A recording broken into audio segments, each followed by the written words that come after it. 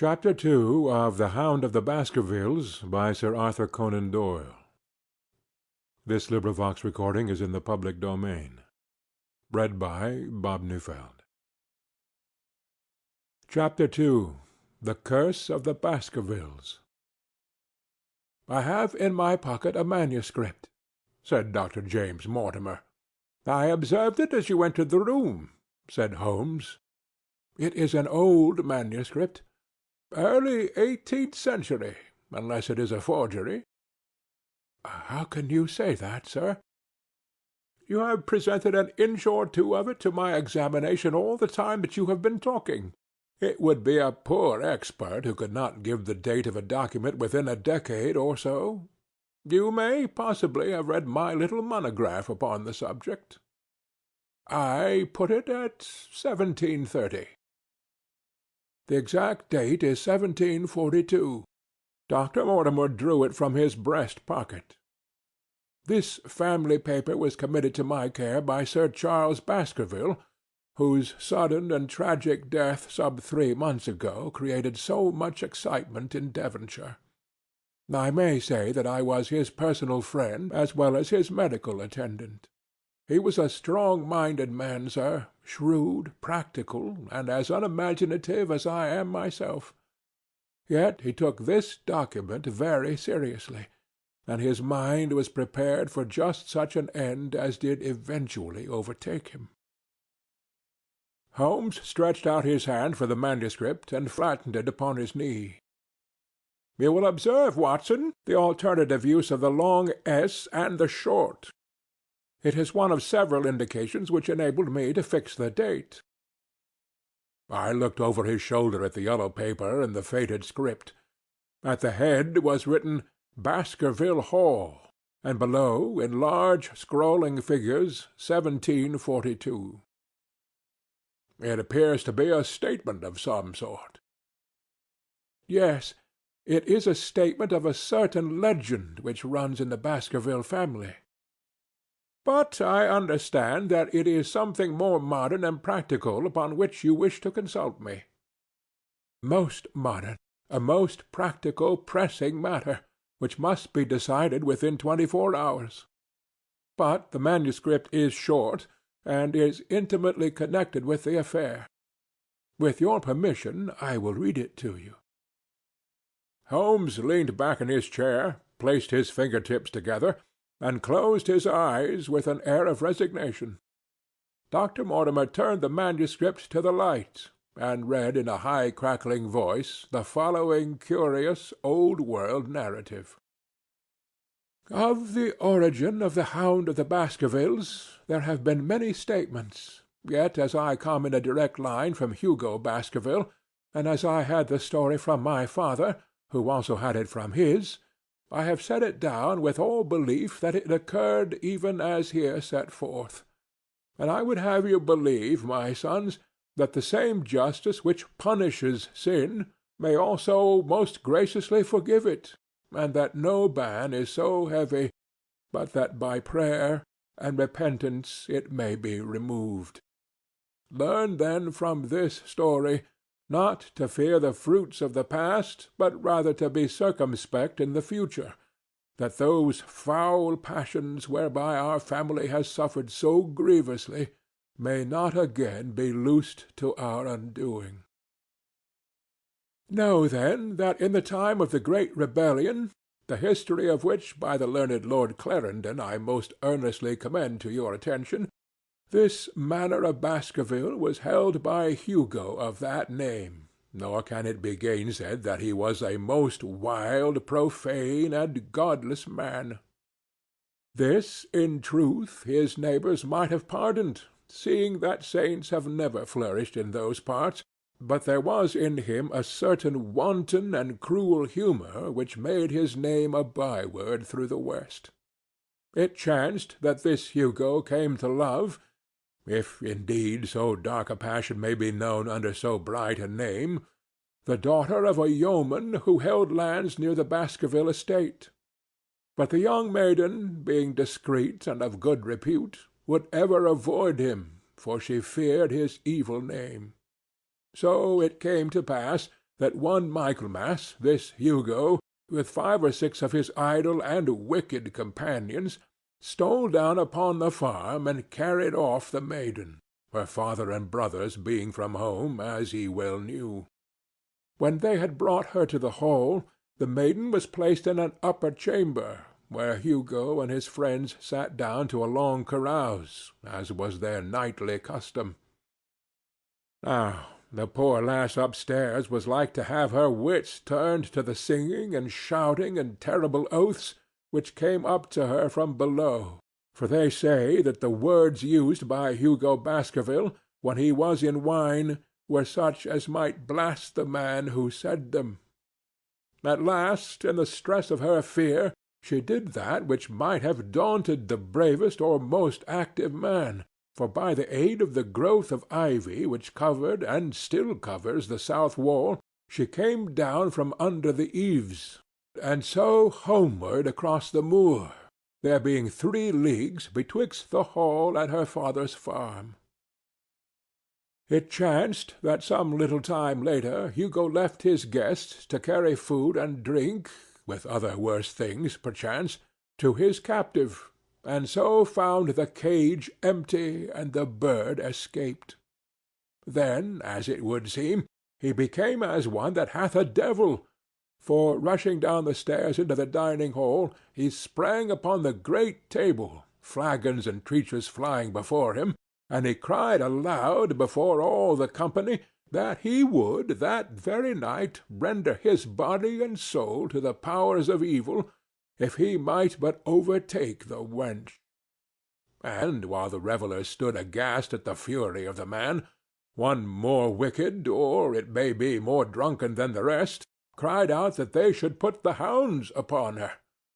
Whereat Hugo ran from the house, crying to his grooms that they should saddle his mare and unkennel the pack, and giving the hounds a kerchief of the maid's, he swung them to the line, and so off full cry in the moonlight over the moor. Now, for some space the revellers stood agape, unable to understand all that had been done in such haste. But anon their bemused wits awoke to the nature of the deed which was like to be done upon the moorlands. Everything was now in an uproar, some calling for their pistols, some for their horses, and some for another flask of wine. But at length some sense came back to their crazed minds, and the whole of them, 13 in number, took horse and started in pursuit. The moon shone clear above them, and they rode swiftly abreast, taking that course which the maid must needs have taken if she were to reach her own home. They had gone a mile or 2 when they passed one of the night shepherds upon the moorlands, and cried to him to know if he had seen the hunt. And the man, as the story goes, was so crazed with fear that he could scarce speak, but at last he said that he had indeed seen the unhappy maiden, with the hounds upon her track. "But I have seen more than that," said he, "for Hugo Baskerville passed me upon his black mare, and there ran mute behind him such a hound of hell as God forbid should ever be at my heels." So the drunken squires cursed the shepherd and rode onward. But soon their skins turned cold, for there came a galloping across the moor, and the black mare, dabbled with white froth, went past, with trailing bridle and empty saddle. Then the revellers rode close together, for a great fear was on them, but they still followed over the moor, though each, had he been alone, would have been right glad to have turned his horse's head. Riding slowly in this fashion, they came at last upon the hounds.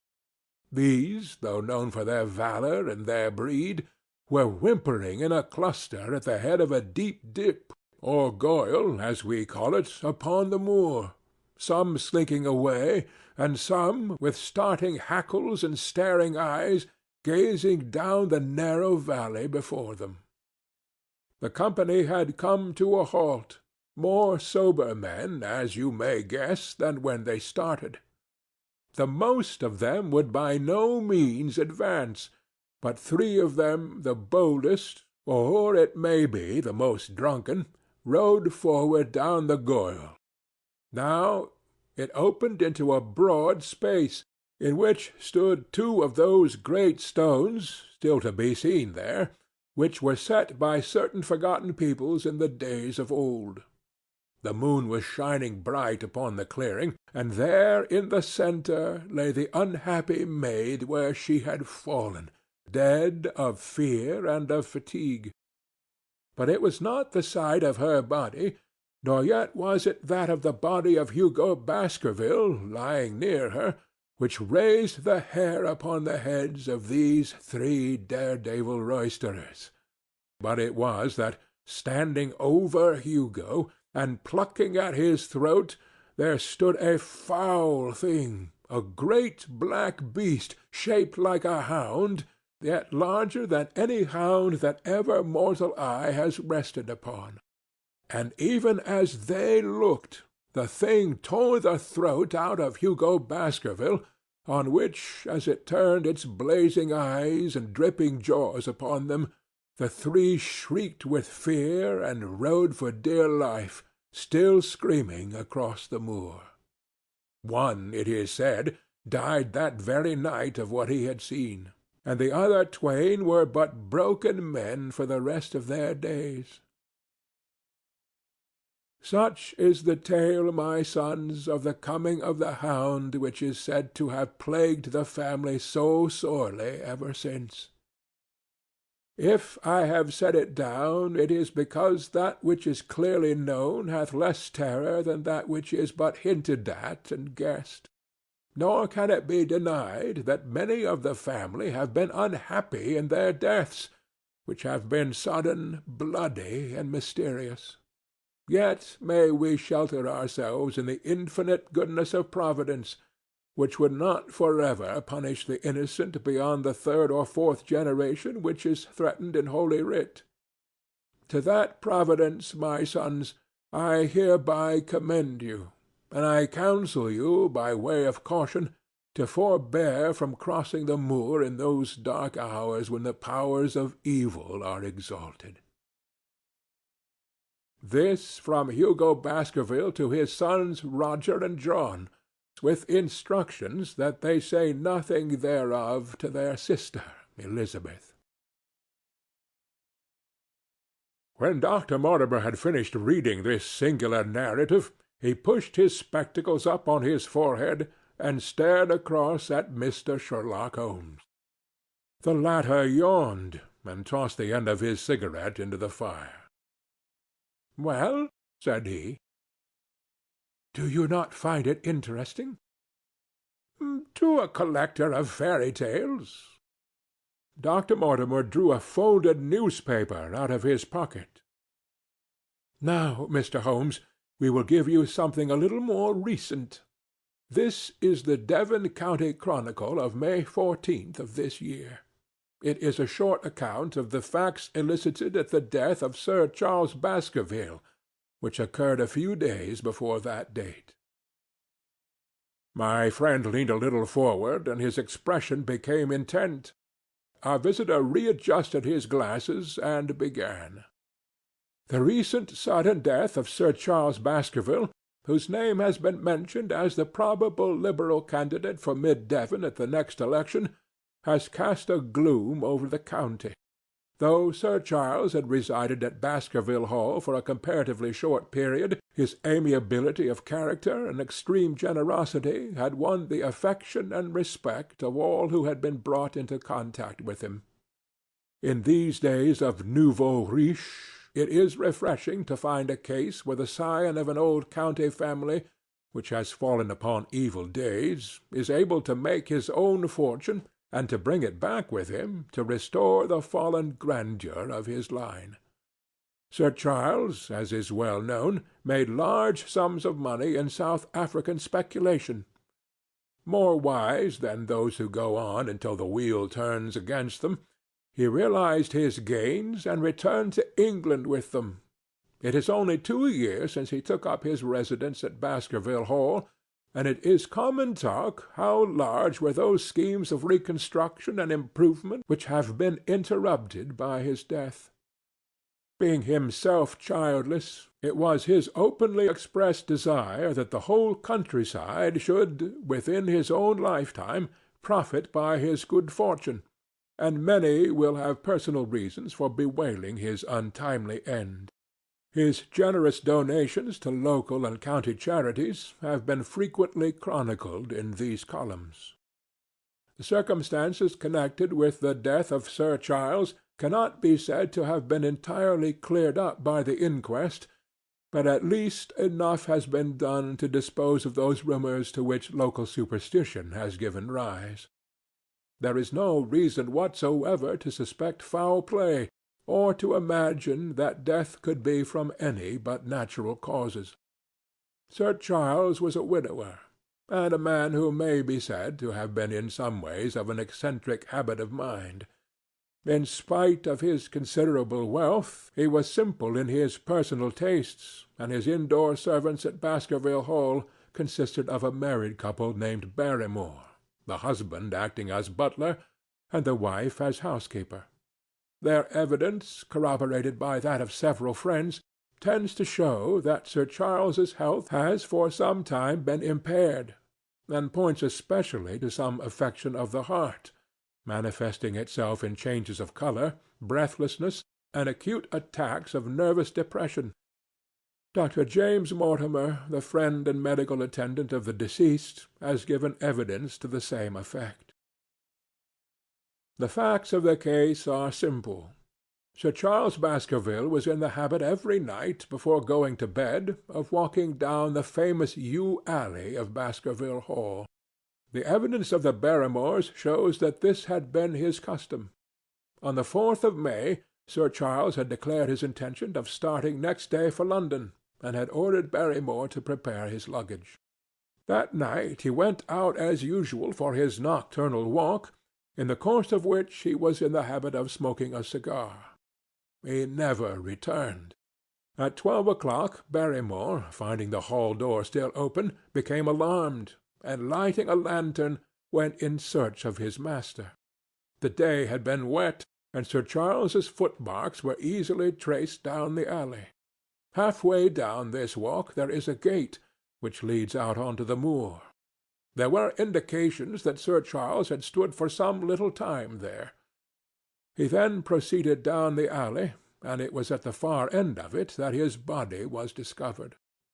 One fact which has not been explained is the statement of Barrymore that his master's footprints altered their character from the time that he had passed the moor-gate, and that he appeared from thence onward to have been walking upon his toes.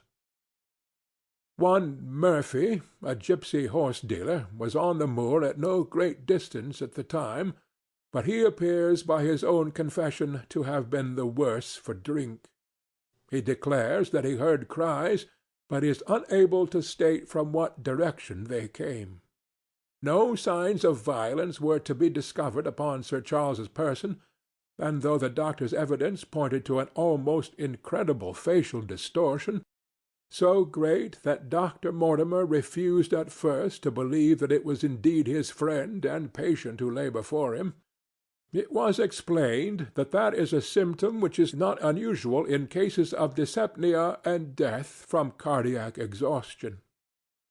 This explanation was borne out by the post-mortem examination, which showed long-standing organic disease, and the coroner's jury returned a verdict in accordance with the medical evidence. It is well that this is so, for it is obviously of the utmost importance that Sir Charles's heir should settle at the Hall, and continue the good work which has been so sadly interrupted. Had the prosaic finding of the coroner not finally put an end to the romantic stories which have been whispered in connection with the affair, it might have been difficult to find a tenant for Baskerville Hall. It is understood that the next of kin is Mr. Henry Baskerville, if he be still alive, the son of Sir Charles Baskerville's younger brother.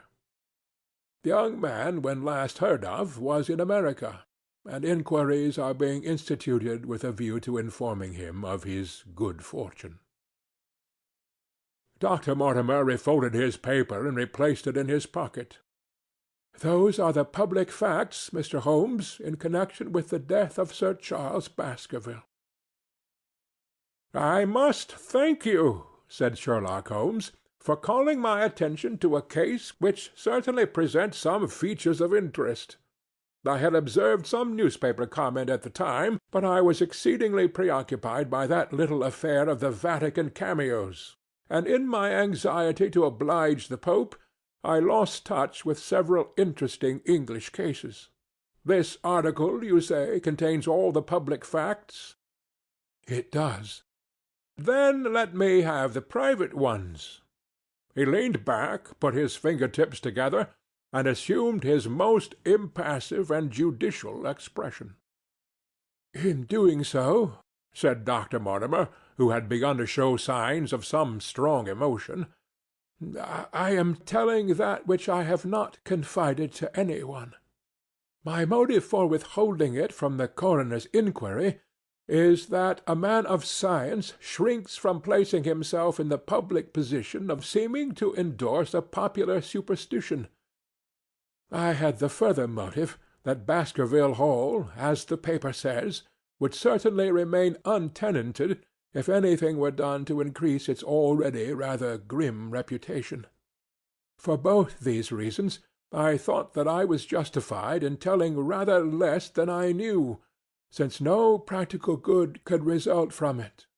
But with you there is no reason why I should not be perfectly frank. The moor is very sparsely inhabited, and those who live near each other are thrown very much together.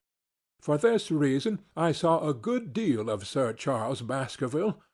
With the exception of Mr. Frankland, of Lafter Hall, and Mr. Stapleton, the naturalist, there are no other men of education within many miles. Sir Charles was a retiring man, but the chance of his illness brought us together, and a community of interests in science kept us so. He had brought back much scientific information from South Africa, and many a charming evening we have spent together discussing the comparative anatomy of the Bushman and the Hottentot. Within the last few months it became increasingly plain to me that Sir Charles's nervous system was strained to the breaking point. He had taken this legend which I have read you exceedingly to heart, so much so that, although he would walk in his own grounds, nothing would induce him to go out upon the moor at night. Incredible as it may appear to you, Mr. Holmes, he was honestly convinced that a dreadful fate overhung his family, and certainly the records which he was able to give of his ancestors were not encouraging. The idea of some ghastly presence constantly haunted him, and on more than one occasion he has asked me whether I had on my medical journeys at night ever seen any strange creature, or heard the baying of a hound. The latter question he put to me several times, and always with a voice which vibrated with excitement. I can well remember driving up to his house in the evening some 3 weeks before the fatal event. He chanced to be at his hall door. I had descended from my gig, and was standing in front of him, when I saw his eyes fix themselves over my shoulder, and stare past me with an expression of the most dreadful horror. I whisked round, and had just time to catch a glimpse of something which I took to be a large black calf passing at the head of the drive. So excited and alarmed was he that I was compelled to go down to the spot where the animal had been and look around for it. It was gone, however, and the incident appeared to make the worst impression upon his mind.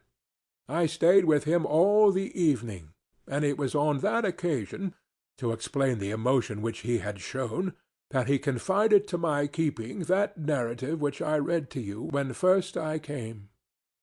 I mention this small episode because it assumes some importance in view of the tragedy which followed, but I was convinced at the time that the matter was entirely trivial, and that his excitement had no justification.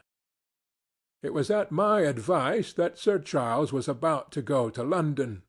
His heart was, I knew, affected, and the constant anxiety in which he lived, however chimerical the cause of it might be, was evidently having a serious effect upon his health. I thought that a few months among the distractions of town would send him back a new man. Mr. Stapleton, a mutual friend, who was much concerned at his state of health, was of the same opinion. At the last instant came this terrible catastrophe. On the night of Sir Charles's death, Barrymore, the butler, who made the discovery, sent Perkins, the groom, on horseback to me, and as I was sitting up late, I was able to reach Baskerville Hall within an hour of the event. I checked and corroborated all the facts which were mentioned at the inquest. I followed the footsteps down the yew alley. I saw the spot at the Moorgate where he seemed to have waited. I remarked the change in the shape of the prints after that point. I noted that there were no other footsteps save those of Barrymore on the soft gravel, and finally I carefully examined the body, which had not been touched until my arrival. Sir Charles lay on his face, his arms out, his fingers dug into the ground, and his features convulsed with some strong emotion to such an extent that I could hardly have sworn to his identity. There was certainly no physical injury of any kind. But one false statement was made by Barrymore at the inquest. He said that there were no traces upon the ground round the body. He did not observe any, but I did. Some little distance off, but fresh and clear. Footprints? Footprints. A man's or a woman's? Dr. Mortimer looked strangely at us for an instant, and his voice sank almost to a whisper as he answered, "Mr. Holmes, they were the footprints of a gigantic hound." End of chapter 2.